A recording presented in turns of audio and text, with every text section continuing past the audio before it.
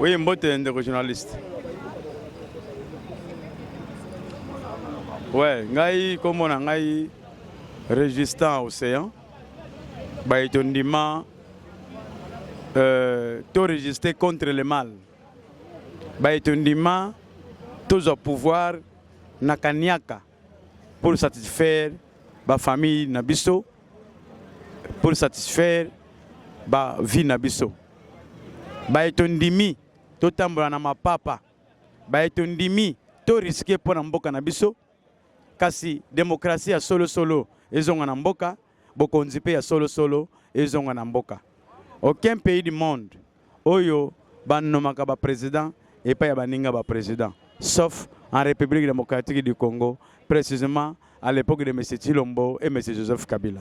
Sinon, comme on a yangwana nazali résistant, nazali mwana ya Martin Fayulu politique. Oyo naza ko bunda au côté ya Manamboka Martin Fayulu Madidi, le président élu, réellement élu.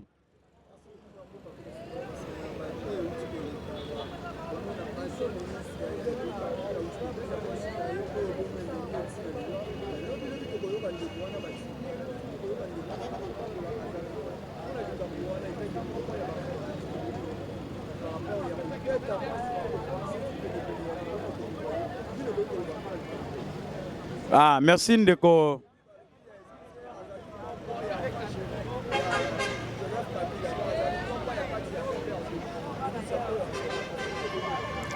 Bon, Ndeko journaliste, Toko Lobanini.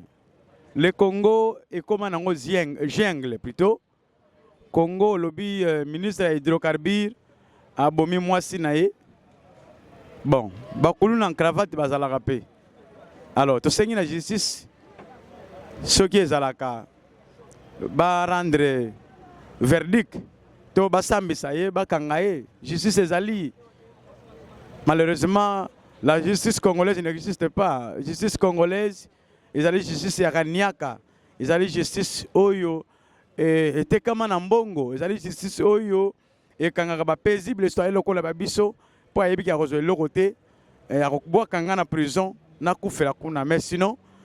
Na makambo yango ezala ministre ezaki ke soit biso ba congolais oyo équipé biso ezali bolingo ya mboka pe ezali développement ya mboka pe ezali nzala ya peuple congolais o nyonso na ba proche ya Fachiti na tongo na moi batanga ka kombo nani batanga ka kombo Fachi Beton. Alors o ana etali bato yi de pes etali Fachi Beton etali famille ya mwasi etali famille na bango biso to lobi biso toza ko bunda po na mboka po banti valeur le lengo yo bazala soutien na Congo vraiment toza na ba politique oyo bazali ko prôner vraiment bolingo ya mboka pe confiance que ce soit moi si na yo azu mobile mosusu to ayibi yo mbongo mais kene na malembe ko matina niveau ya ko boma moi si na yo. Donc là nous ne sommes pas concernés to sengi la justice médiocre ya Congo va s'en charger na yango des journalistes. Donc c'est ça.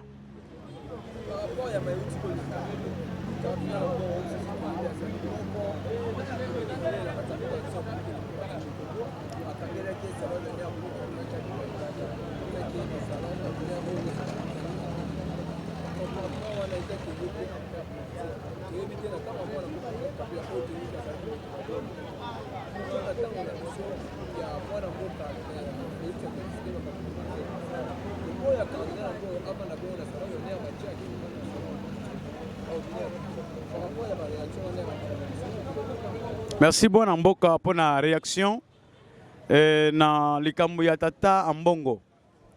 Et là on a rappelé na batata na biso molimo ba conséquences bo monango était yabino. Boye barake bino bolobaka l'église est au milieu du village. Mais l'église est au milieu du village était église esengeli kozala au côté ya ba pauvre, au côté ya ba baza ko mona pasi. Au côté ya bazali réprimé, au côté ya bato bazali ko boma, mais au milieu du village parce que ba politiciens baza banganga, ba politiciens bazali ba kisi, ba simbaka kisi, mais banganga nzambe bo simbaka kisi te. Moye bozala au milieu ya ba politique na ba peuple zate, bozala sima ya biso ba peuple. Cardinal Ambongo to yebisa yo ke batu oyo bazali batu mabe. Et puis, question de retour dans les journalistes. Kobanda gouvernement ya Félix oyo, gouvernement ya Félix oyo.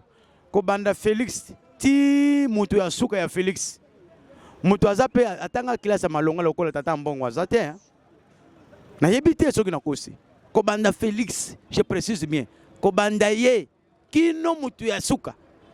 Mutu azali na ba cursus to na CV ya malonga lokola ya azate. Gouvernement de médiocre. Gouvernement de promesses. Oyo mbongo basalié ezalaki déjà prévisible, c'est-à-dire le kola mbongo aza au milieu du village. Alinga kotel melesika mabe azali a lobby. Bango balingi bazo batata épiscopal, to papa episco, to banganga nzambe. Ba manipuler bango lokola bazo manipuler ndeko na bango Dodo Kamba. Mais Dodo Kamba n'est pas mbongo. Dodo Kamba c'est un traître. Dodo Kamba c'est un mendiant. Dodo Kamba bazali bato bazo ko escroquer mbongo ba congolais na bekati ya église. Dodo Kamba azali en église. Dodo Kamba tanga classe malonga te sika société ni na sala ka Dodo Kamba. Asala ka wapi? Même Dodo Kamba soki lelo alongeno asala na église était atika. Akeno ko sala wapi? Mais en mbongo lelo soki alobi natiki. En mbongo okeno hôpital, okeno ba société, akosala parce azana kirisis, azana CV ya malonga. Et en bongo, bazali basango, bazali incorruptible. Mais des églises de réveil, bazali corruptible. C'est-à-dire, bango balingi ba comparer en bongo, lokola ba église amanzanza oyo ba lokamba ba kambaka. Mais te pas en bongo, akambaka ba église amanzanza te, et puis ezalaka te. Bimbo yebite ke église catholique amanzanza ezalaka te. Ba église amanzanza ezalaka ba église catholique et ba église ya réveil. Ndete bibe église amanzanza to benga de petites boutiques ndeko na ngai. Botika Dodo Kamba akamba ba boutique na ye, botika ambongo akamba église catholique en général. De deux. Est-ce que Félix Tshisekedi oublie que ambongo azali représentant ya pape en Afrique centrale, précisément en République démocratique du Congo. Quand vous humiliez ambongo, vous acceptez aussi d'humilier pape. Et puis vous humiliez pape, vous humiliez ambongo. Ça c'est un. De deux. Bamboko yo Mosengo azali mokonzi lokola RDC bako considérer ye ndenge nini tant que biso moko bana mboka tutseye na epsika na yete. Vous allez permettre na mbongo akeno ko vanda na salon to na salle ya ba passager ordinaire à sa qualité atabino moko taki politique ngo bozolia miliki bozolia miel bo fatondi na orgueil Tshisekedi orgueil eza bien. Okokita nzamba lingaka borgueil te ba service à Tshisekedi en heure. Deuxième nzamba lingaka borgueil te ma papa okokata na bino bokokita. Mais loko na osenga mbongo a comprendre que bango nde ba pesi Tshisekedi ba zelo oyo le lendo akoma na niveau wana. Mais Tshisekedi ayebake et ça bandi kozika na mukila. Omoni obino momoni wa peuple congolais abandi ko toucher ambongo, c'est-à-dire il a senti que ezala mindele ezala biso awa mutalingi susu ambongo azate. Papa ambongo alobi bien po guerre yo ya M23 esila malamu. Tozomona na ngambo oyo ba congolais bazali. Tozoko ba ngambo oyo ba rwandais bazali. Mais totuna ba congolais oyo bazo rejoindre M23. Nini bazo kimela na mboka na bango. Alobi botoye ba pe eloko nini zo kimisa bango. Est-ce que problème memi yango wana? Même ngana bakisi soki ba congolais to vendre sur la même table te guerre oyo kosila te pour tout congolais en commençant par moi nous sommes frustrés. Nous ne voulons pas de ce monsieur. Mais c'est oyo entré na ye na pouvoir ezali entré à trahir le peuple congolais ezali kokota na pouvoir na nzela ya mabe nommé par Joseph Kabila et aujourd'hui nommé par son frère Kadima à travers leur machine à voter. Nous sommes frustrés, tous Congolais. Et même les militaires sont frustrés.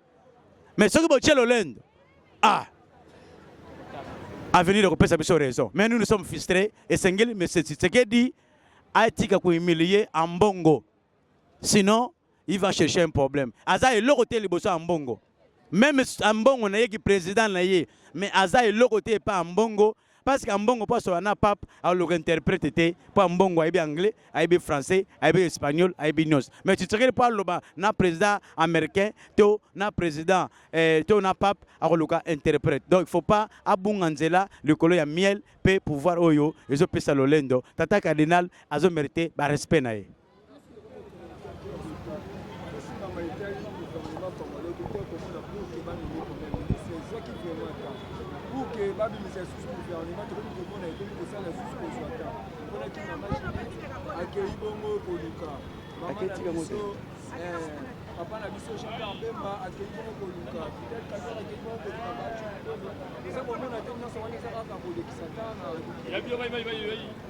Ndeko journaliste, d'abord la nomination de la première ministre Tuluka.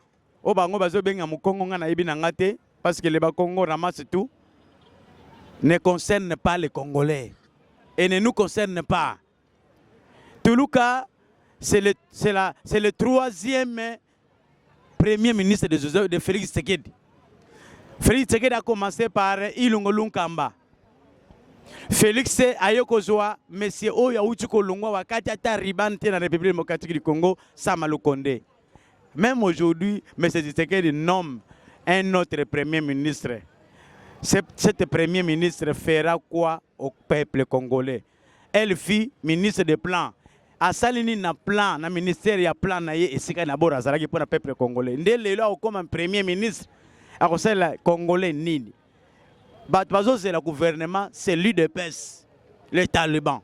Mais le peuple congolais, bazo c'est le gouvernement moko te. Pour le gouvernement nous c'est qu'il y a Félix Tshisekedi.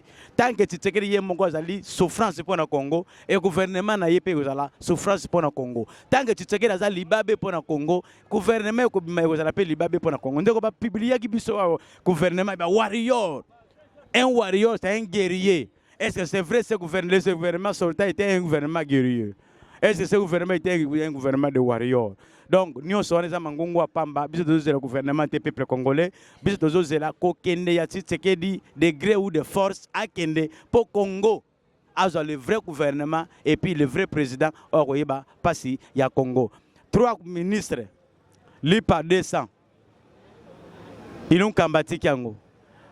Deuxième premier ministre, Oya Uchukolo Masamba Lukonde.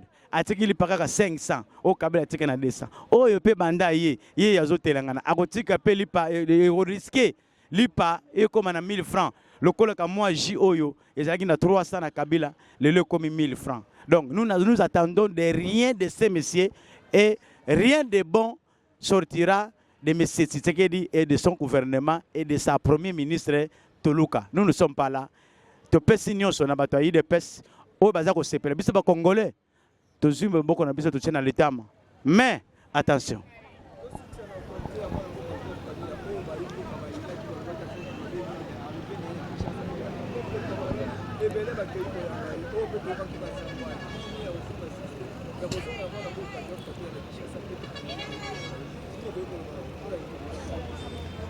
Merci pour la question à Joseph Kabila, bien que ngai nazala sumu ta Joseph Kabila te.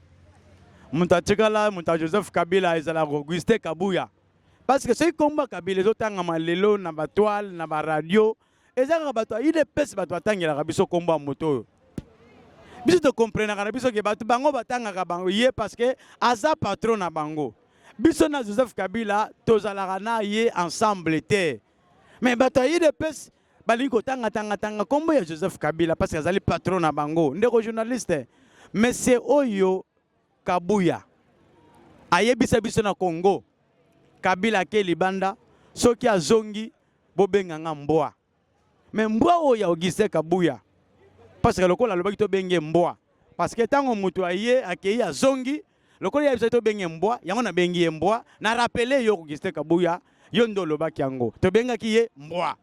Deuxième awa uto kozala moi président moya lobaki Kabila kozonga sute bobenga nga mbwa auto yebisa biso Atalisi noir sur blanc que la République démocratique du Congo n'est pas gérée par l'UDPS et Félix Tshisekedi ne gère pas la République. Il y a un lobby que Kabila est sorti en catimini sans qu'il y ait service et dans un pays sérieux, un ancien président de la République peut sortir sans qu'il y ait service et ba M23 ba ya awa Tshisekedi na yebite Augustin Kabuya na yebite mais ba yaki Kabila a voyagé. Oyebaki ndenge ke Kabila za libanda, mais oyebite ndenge ni nabi abimaki. Et la question noire sur blanc que la République démocratique du Congo, même les Rwandais, même les Ougandais peuvent entrer le matin et sortir le soir. Bango pe rosa nini bakoyebate. Malheur à Kabuya et malheur à l'UDPS. Yango na lobi l'UDPS c'est une malédiction pour le Congo et Félix c'est une malédiction pour les Congolais. Nous demandons à tous les Congolais d'être unis derrière nous-mêmes pour chasser M. Tshilombo et son parti politique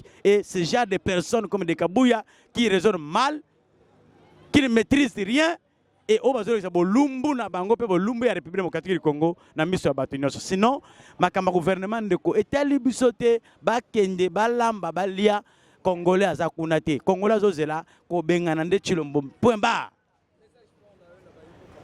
Le message fort, il y a des gens qui nous posent des questions.